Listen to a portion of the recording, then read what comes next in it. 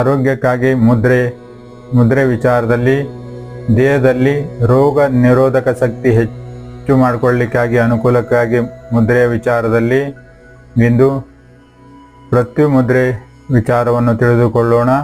ಪೃಥ್ವಿ ಮುದ್ರೆ 20 ನಿಮಿಷಗಳ ಕಾಲ ಮಾಡುವುದರಿಂದ ದೇಹದಲ್ಲಿ ರೋಗ ನಿರೋಧಕ ಶಕ್ತಿ ಹೆಚ್ಚಾಗತಕ್ಕಂಥದ್ದು. ಪೃಥ್ವಿ ಮುದ್ರೆ ಹೆಬ್ಬೆರಳು ಹಾಗೂ ಉಂಗುರದ ಬೆರಳು, ಹೆಬ್ಬೆರಳು ಹಾಗೂ ಉಂಗುರದ ಬೆರಳನ್ನು ಮಡಿಸಿ ಉಳಿದ ಬೆರಳು ನೇರವಾಗಿರುವಂತೆ ನೋಡಿಕೊಳ್ಳಬೇಕು. ಇವು ಪೃಥ್ವಿ ಮುದ್ರೆ ಆಗ್ತಕ್ಕಂಥದ್ದು.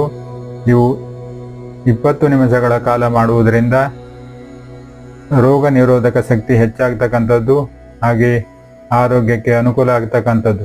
ಇದರ ಜೊತೆಗೆ 5 ಥರದ ಹಣ್ಣನ್ನು ಸೇವನೆ ಮಾಡುವುದರಿಂದ, ಪ್ರತಿನಿತ್ಯ 5 ಥರದ ಹಣ್ಣನ್ನು ಸೇವನೆ ಮಾಡುವುದರಿಂದ ಆರೋಗ್ಯ